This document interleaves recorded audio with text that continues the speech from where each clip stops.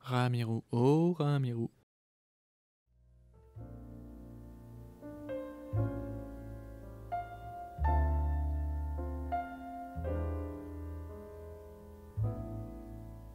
J'étais rentré tard des courses ce soir-là, et toute cette foule m'avait donné une humeur de chien. Pourtant, c'est en déballant mes paquets que je fus frappé par la quantité inhabituelle d'emballage. Tous ces détritus inutiles qui recouvraient le sol. Dégoûté par ce spectacle, j'y vis le signe d'une manipulation planétaire. Car nous étions des milliards à produire ces immondices tous les jours. Je partis sur le terrain dès le lendemain, et je n'étais pas au bout de mes surprises. Non seulement la production se répandait partout, mais elle était paradoxalement collectée dans des réceptacles disséminés à travers la ville. Comme si l'homme engendrait volontairement des détritus et les récupérait. Mais dans quel but? Des types en fluo faisaient une tournée pour tout mettre dans des camions.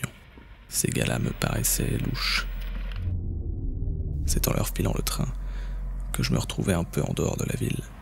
Et c'est là que je trouvais une piste sérieuse. Littéralement, une piste d'immondices. Le coin paraissait venir d'une autre planète. Et il était difficile de dire si tout était abandonné ou simplement pas entretenu.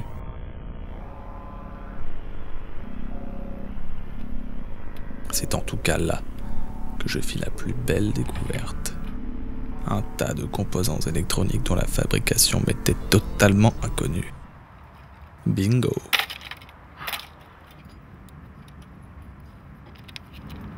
En tentant d'assembler le tout, je me rendais compte que ces composants appartenaient à un engin spatial. J'orientais alors mes recherches sur la piste des ovnis. Plusieurs ouvrages m'informèrent qu'à certaines périodes précises, les statistiques de rencontres du premier type explosaient. En complétant mes données avec les relevés les plus récents disponibles sur le net, j'avais trouvé le lien, le nœud du mystère.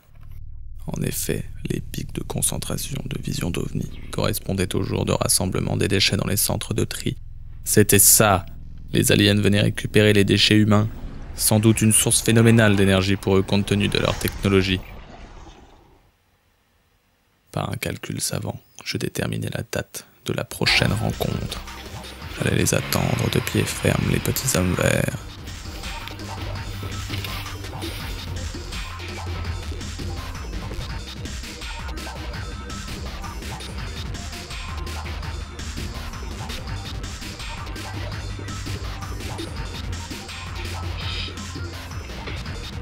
Après avoir neutralisé l'agent de sécurité, je me postais en embuscade.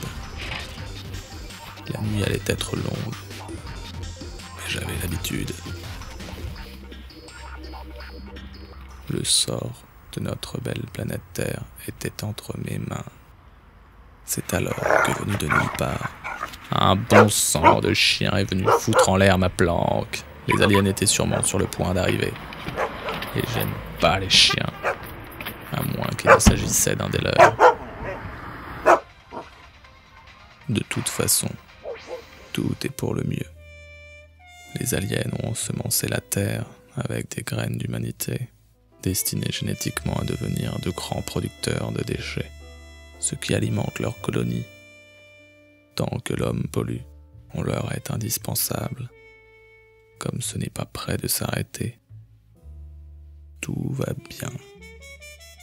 Affaire classée.